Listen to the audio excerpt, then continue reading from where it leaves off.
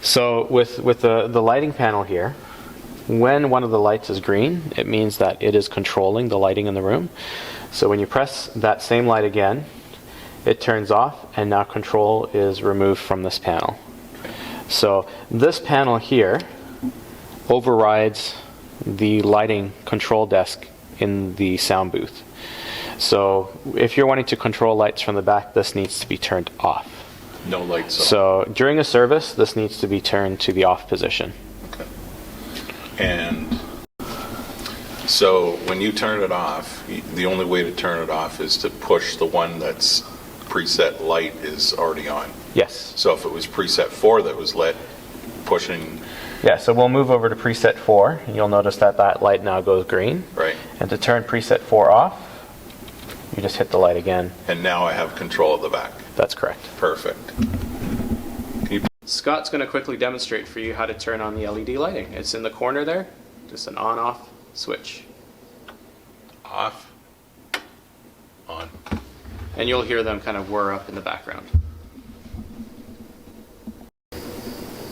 Okay. So welcome to the basic operation of our sound lighting board here at the campus. I just shut down the board, so it's starting at a point where it's completely turned off. And this is just to help you understand how to get started and get going on the board. So first of all, you want to make sure that all your sliders are at the 0 position across the board. You want to come and turn it on. So the power on button is right there. It starts up really, really quickly. We'll continue from there. So first thing you want to do is make sure that your master is set to full. The other button I want to make sure you are aware of is the blackout button over here. This blackout button can turn off all the lights. So if it's engaged and you turn up one of the sliders here, none of the lights will turn on. If it's not engaged, the lights will turn on when you turn up a slider. So that's important to know if you're wondering why the lights aren't turning on. So basic layout of the board is you have your 2 banks of faders across here, 1 through 12 and 13 through 24. And you can choose how you want those faders to work. So the basic operation would be through 1 through 24, just controls each DMX channel. And a DMX channel controls the lights around the room. So channel 1 is our first bank of lights, channel 2 is the second banks of lights. As you go onto the stage, you'll notice each channel just turns on separate sections of lights. Now that's not where you're gonna really hang out. So we got channels 1 through 24. You can also choose 25 through 48 DMX channels. We have a total of 48 DMX channels on this board to control. Where you're going to spend most of your time though in the basic operation of this board, probably 99% of your time is in the memory section here. These are scenes that we've gone and used each single DMX channel and created pre-made scenes for different uses here at the church. So I'm going to walk through what each scene does, and you'll get a quick view of those as well, and kind of how we use them together and separately. So the first one is channel 1 is full. This literally turns on every single light in the room up to 100%. This is great for when we're setting up, cleaning, that kind of thing in the room, but not very good for services. It's pretty harsh on the eyes and not as pretty as well. So that's when you want to use that lighting. The next one is house. This just turns on our banks of house lights in the room. The third channel just turns on the sconces on the wall. We have to be careful when we use these because when video is running, they do create a little bit of a flicker in the background of the video. So we try not to use those for any of our services where video is running. The fourth channel is the one that we use quite a lot. This is for sermons, or any other person that's speaking on their own in the center. You'll notice the lighting is really focused towards the center of the stage where the speaker will be. The drums, other instruments aren't lit up as well in this one. We make sure there's not as much light on the screen so it's easy for people to see.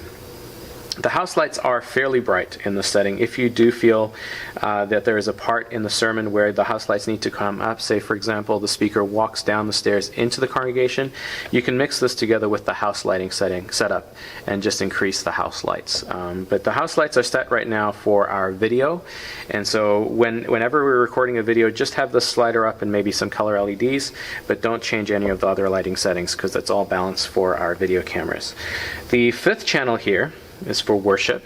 And what you'll notice is the room's a little darker in this one, it's a little bit more intimate, but we've also thrown a couple more soft lights across the instruments, so the drums and the keyboards, so that the musicians can be seen on the stage a little bit more clearly.